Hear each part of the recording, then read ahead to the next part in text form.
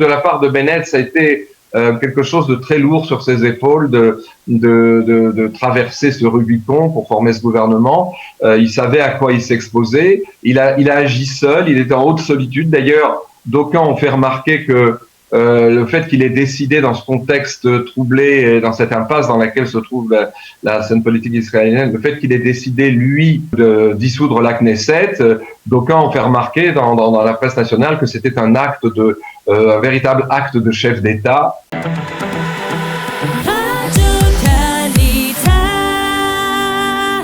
En ligne, en Zoom avec Richard Darmon. Richard, bonjour, Boker Tov.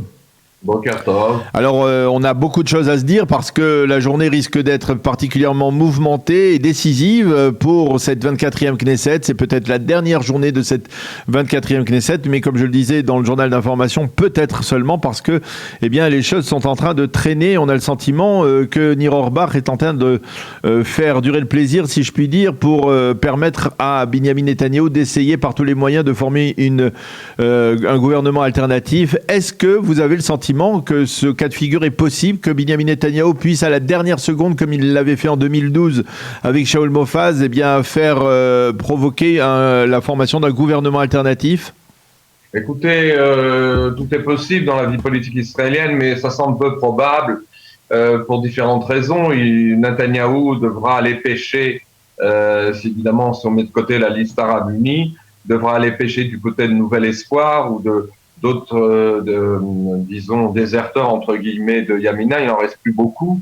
Et donc, sur le papier, tout est possible, mais ça semble peu probable. Ce qu'on voit, en fait, dans cette guérilla de dernière minute, qui est assez désespérante, je dois dire, c'est que, alors que dans les rangs de l'opposition de droite, tout le monde a le sourire et est soulagé et paraît très, très heureux de pouvoir mettre un terme à ce gouvernement Bennett, d'une certaine manière, le citoyen Durand, quand il regarde Lambda, quand il regarde le spectacle de la scène politique israélienne, il se rend compte que il n'y a pas de lumière au bout du tunnel, puisque même dans cette dernière ligne droite où on aurait pu penser que le Premier ministre Bennett a proposé donc la dissolution de la Knesset, on aurait pu penser que les choses auraient pu baigner dans l'huile, puisque l'opposition a obtenu ce qu'elle voulait, mais non, il y a une guérilla de dernière minute qui continue. Chacun, Orbach, j'aimerais bien le psychanalyser un jour, parce que il a hésité, finalement c'était lui le dernier transfuge de Yamina qui a précipité les choses, après Edith Silman, après Chikli et d'autres encore. Et en fait, il fait durer le plaisir dans le sens où il se donne une importance qu'il n'a pas. Franchement, il est là, il essaye de quémander quelque chose au Likoud, bien que dans la première configuration, c'est-à-dire la fin de la Knesset ces jours-ci, eh bien, il n'aura rien du tout, puisqu'il n'aura rien obtenu de Bennett et il n'aura rien du Likoud. Mais justement, il espère que sa carrière politique va peut-être pouvoir continuer au Likoud. C'est un spectacle assez lamentable, où finalement, on voit des gens se comporter dans un mélange d'idéologie personnelle et d'intérêts égocentriques.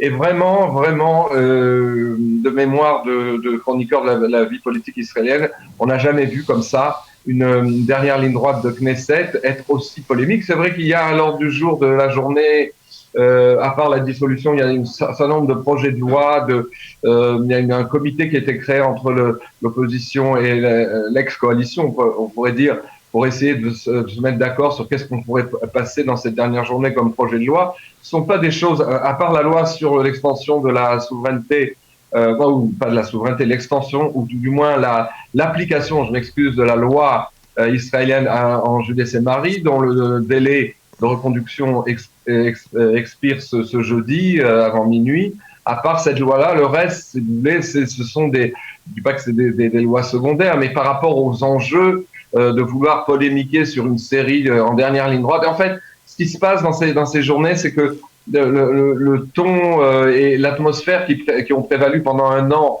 de cette opposition de droite extrêmement sectaire qui ne laissait rien passer, qui a tout fait pour donc faire tomber le gouvernement. Encore une fois, on aurait pu penser elle puisse respirer elle aussi et laisser les choses se faire facilement. Eh ben non, pas du tout. Cet esprit, je dirais, sectaire, presque fanatique, contre ce gouvernement sévit en ces heures. Et je crois qu'il n'en sortira rien de bon pour les citoyens, si ce n'est que tout le monde espère, parmi les citoyens du rang, que eh bien, ils vont bien finir par se mettre d'accord pour qu'on puisse savoir quelle est la date des élections.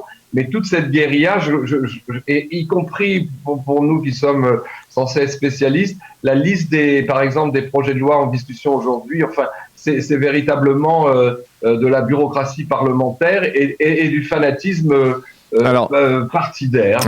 Et ce mélange est assez désespérant. Alors, je voudrais essayer de comprendre une chose, parce que beaucoup de nos auditeurs ne le comprennent probablement pas.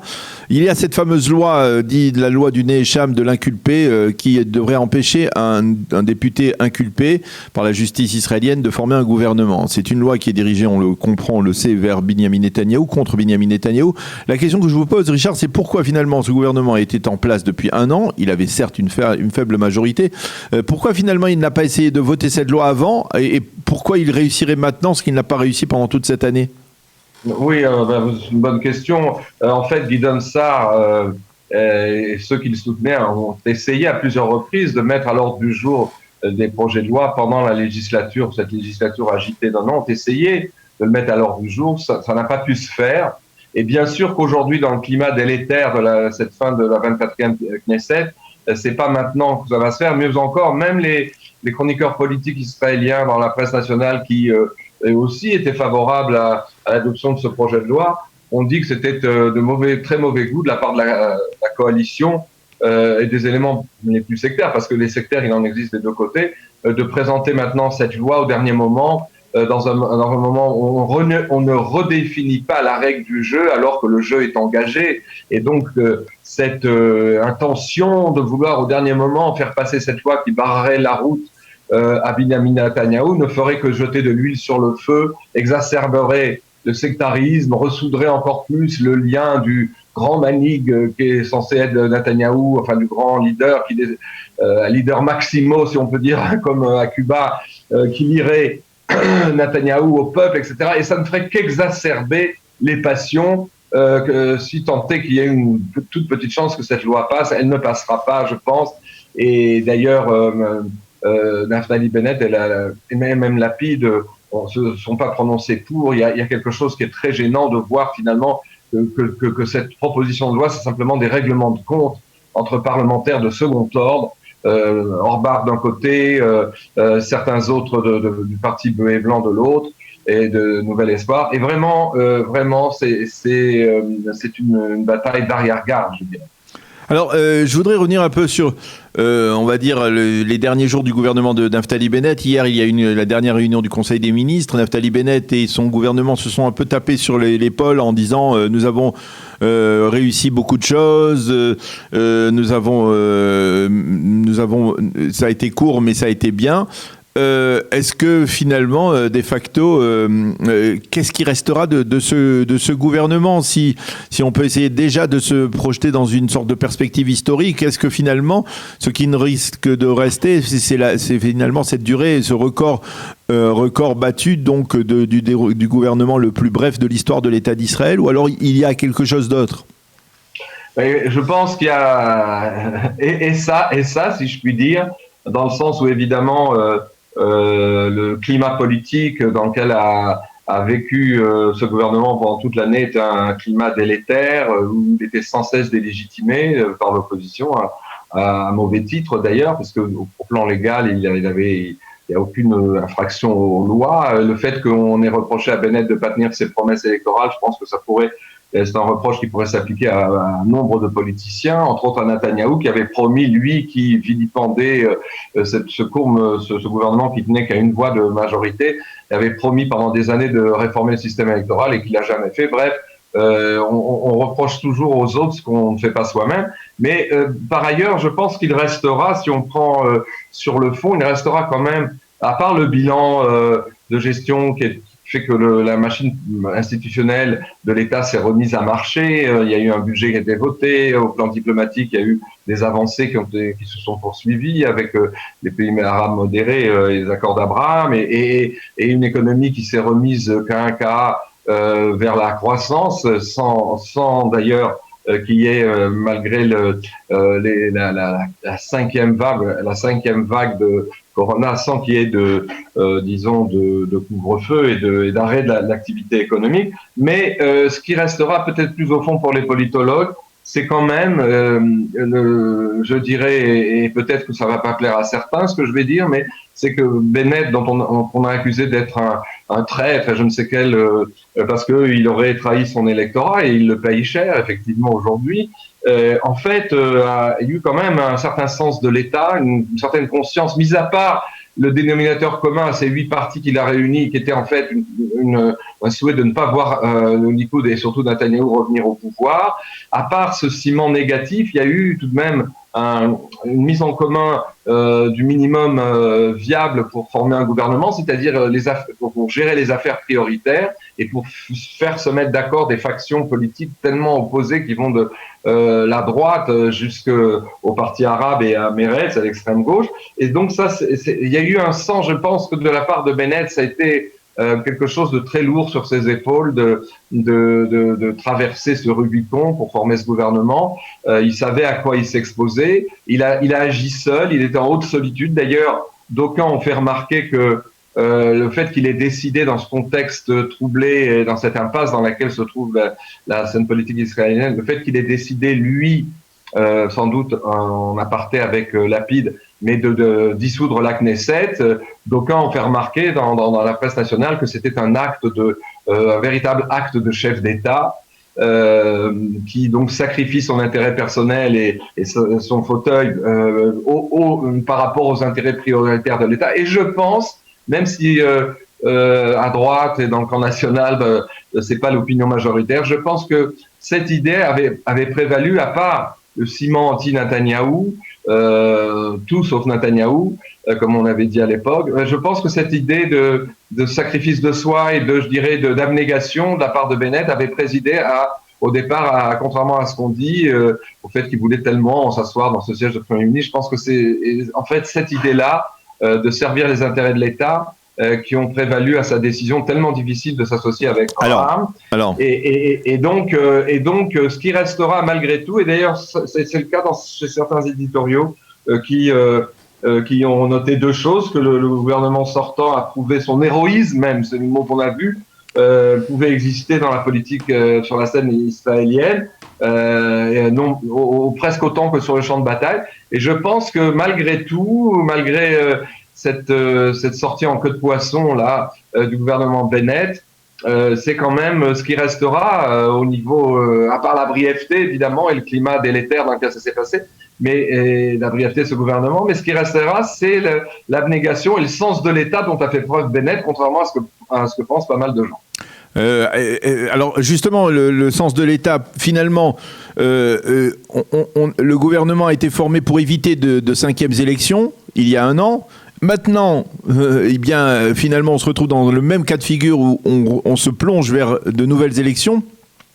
Et pourquoi finalement aujourd'hui il y a encore des partis qui disent d'un côté nous étions prêts l'an dernier à former un gouvernement hétéroclite avec Raham etc pour sauver l'État d'Israël de 5e élection, mais maintenant par exemple nous ne sommes pas prêts à nous asseoir avec Binyamin Netanyahou pour former un gouvernement alternatif qui pourrait aussi préserver de nouvelles élections. Pourquoi 2 poids et 2 mesures à ce niveau-là, de la part de gens comme Gideon Sa'ar, de la part de gens comme Matan Kahana, pourquoi finalement, et même de la part de Lieberman, pourquoi 2 poids et 2 mesures finalement? Écoutez, d'abord, il y a une amertume, je dirais, qui fait figure de loi de tous les anciens collaborateurs comme Gideon Sa'ar et Avigdor Lieberman, qui ont collaboré avec Netanyahou et qui ont accumulé tellement, je dirais, de ressentiment contre lui que si tant est qu'il y ait une gouverne et un cap qui est assez clair au sein de ces partis-là, c'est bien le fait qu'ils veulent absolument pas se mettre d'accord avec un Likoud qui serait toujours dirigé par Netanyahou. Soit dit entre parenthèses, le vrai problème aussi, c'est comment... Donc finalement, Richard, le problème, c'est pas d'essayer de préserver le pays de nouvelles élections. Le problème, c'est Netanyahou. Mais oui, c'est ce que j'allais dire. Comment se fait-il que depuis un an, au sein du Likoud, il n'y ait pas des gens assez forts, assez courageux qui se soient levés pour dire, écoutez, nous, on représente avec les autres partis de droite 72 sièges sur 120 à la Knesset, et si on résout le problème de Netanyahou, et personne n'a osé toucher en fait à quoi? Non pas seulement à la figure emblématique de Netanyahou, mais à ce lien encensé par la presse du leader Maximo, du grand Netanyahou, le lien qu'il aurait avec son électorat, avec le peuple, qui serait la base du Likoud. Et en fait, ce mythe-là qui continue, aucun des barons du Likoud n'a voulu le toucher. Et ça aussi, cela aurait pu nous faire sortir de la crise. Peut-être parce que le gouvernement... Si ça ne s'est pas passé pendant 12 mois, ça ne va pas se passer maintenant. Alors, ce que je disais, pour répondre à votre question, c'est que d'une part, il y a ce sentiment anti-Netanyahou. D'autre part, il existe aussi des questions idéologiques et surtout des positionnements idéologiques, que ce soit celui du parti sioniste religieux de Smotrich ou même d'autres encore. Il y a aussi les intérêts bien sentis de partis ethniques, entre guillemets, ou linguistiques, comme celui de Lieberman, qui représente l'électorat russophone, qui d'ailleurs a tendance à se tasser, d'ailleurs, d'après les prévisions des sondages.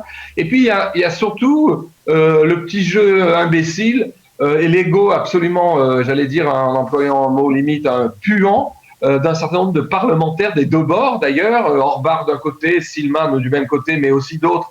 On a cité leur nom. C'était le cas de Michael Bitton qui tout d'un coup a menacé de voter contre son parti bleu et blanc et contre la coalition parce qu'on n'avait pas écouté au ministère des Transports ses doléances et c'était un sujet technique.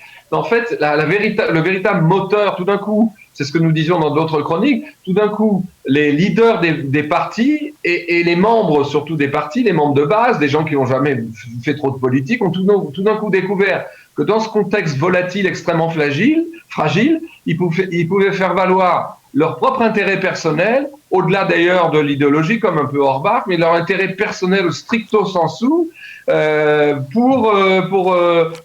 comment dirais-je, mettre un coup de pied dans la fourmilière et oui, mais balader. Oui, mais Richard, c'est aussi ce qu'a fait ou question Netanyahou, pas Netanyahou, on a vu des députés Durand sortant de l'incognito qui tout d'un coup menaçaient de faire tomber le gouvernement et de nuire à l'État. Mais c'est ce que Richard, c'est bien ce qu'a fait, ce qu'ont fait aussi les députés du parti RAM, c'est-à-dire on peut jeter la pierre à certains députés du parti Amina, mais par exemple Walid Taha, Mazen Ghanem, Zohabi, ce sont des députés du parti RAM ou du parti Meretz qui eux aussi ont contribué de manière assez active à la chute du gouvernement. Absolument, et d'ailleurs c'est le même critère, ce sont des politiciens inexpérimentés dans le cas de RAM en plus, qui sont teintés d'un fort engagement antisioniste et disons apparemment social pour la seule communauté arabe au détriment de tout le reste,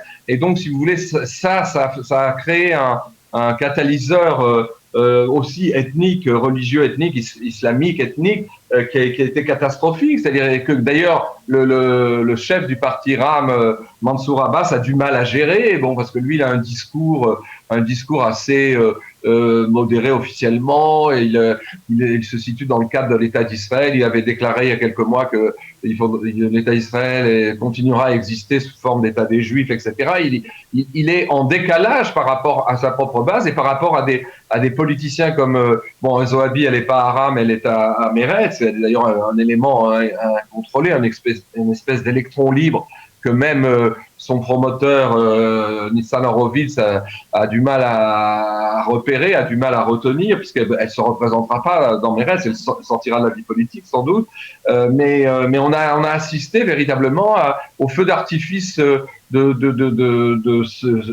députés Durand qui ont cru pouvoir tirer le fil vers eux et tirer la barque et tenir le gouvernail. Et c'est vraiment déplorable parce que, comme je l'avais dit il y a 2 semaines, c'est que au départ, les partis sectaires, les partis ethniques ou les partis, disons, qui représentent un secteur de la population. En fait, c'était en tant que parti qu'autrefois ils marchandaient en tant qu'institution de parti, tandis que maintenant, ce sont des individus. Alors, comme il y en a 120 qui siègent à la Knesset, vous imaginez que dans ce contexte sur le fil de l'épée, eh bien, on a assisté à des dérives totales, c'est-à-dire et donc ça fait partie des causes de la brièveté de vie de ce gouvernement. Eh bien, Richard, merci pour toutes ces précisions. On aurait pu continuer à discuter longtemps de ces des tenants et en tout cas des conclusions de ce gouvernement de Naftali Bennett. On va voir ce qui va se passer aujourd'hui à la Knesset. Merci beaucoup d'avoir été avec nous ce matin. Bonne journée, à bientôt. Bonne journée, à bientôt.